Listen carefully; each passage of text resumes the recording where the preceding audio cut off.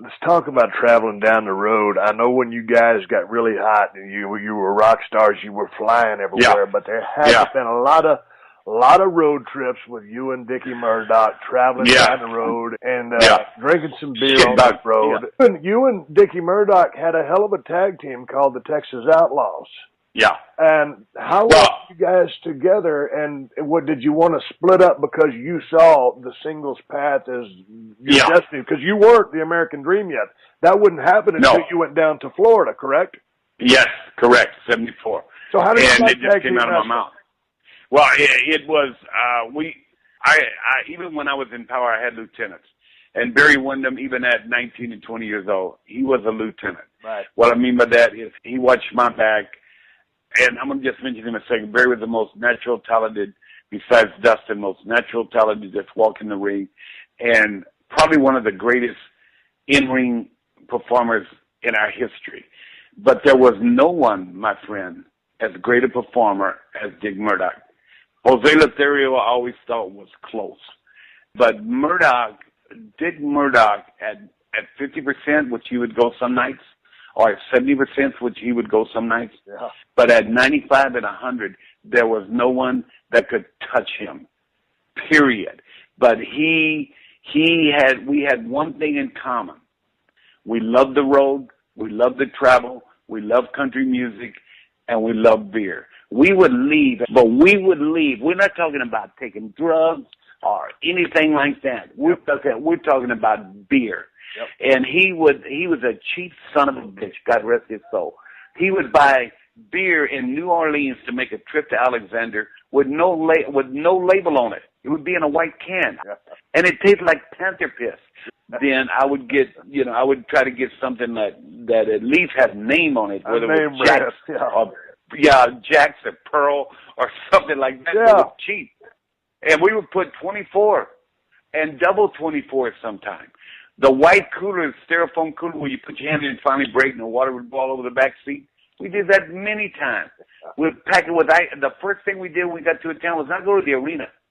We'd go to the store, get the beer, and ice it down and put it in the back seat. That was the most important thing that was going to happen that night, period. And then it didn't have Sirius satellite radio, didn't have what you're doing right now, broadcast and all this stuff. None of that was social media was there.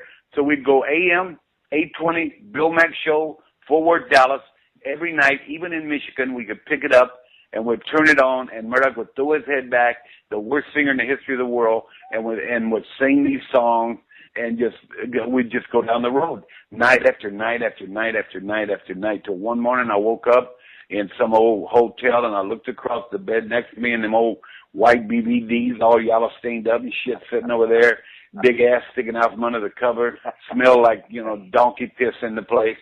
And I finally had got word, I said, I want to try this on my own. We were in Detroit. Yeah. And I walk in and I tell Eddie Farhat the Sheik and Jack Kane, who was the booker. I said, I'd like to give him a notice. I want to move on. And I look behind me and it's Murdoch. He's standing there and said, well, me too. I said, no. Excuse me just a minute, Sheik. I said, let me walk out here.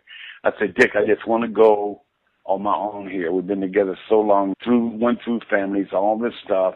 I just want to go and try something on my own. And so that we always remained close, but there was never again that day-to-day travel stories down the road, hitting beer signs, shooting guns, putting Cosmo Rosario in the back of a truck, telling kayfabe, lay down, and we took him at 20 degrees to Minot, North Dakota, wouldn't let him out of the bed of the truck, and we were in the truck with the heater on, and the guy nearly froze to death. I mean, we would rib unbelievably back during that period of time. So, how many days a month were you guys on the road? Because it had to have been very extensive, more so than today. I think we always, around Thanksgiving night, we always worked. That was huge. Starcade. Let's go back to Crockett. Let's go back to the Omni in Atlanta.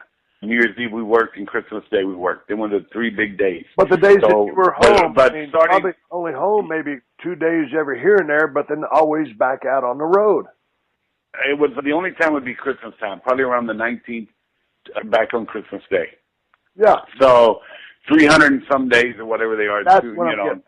I mean, year after year after year, they say, man, I got to slow down. This has been 8 years. This has been 9 years. Whoa, wait a minute. Holy. stop because nobody knows your product better than you. You are your product. Right. You're standing there, your product. Why turn it over to somebody else when you work so hard to get to this level? So what happened? Why turn it over? What happened to the relationship with Dick Murdoch? I know he's one of your closest friends. But yes.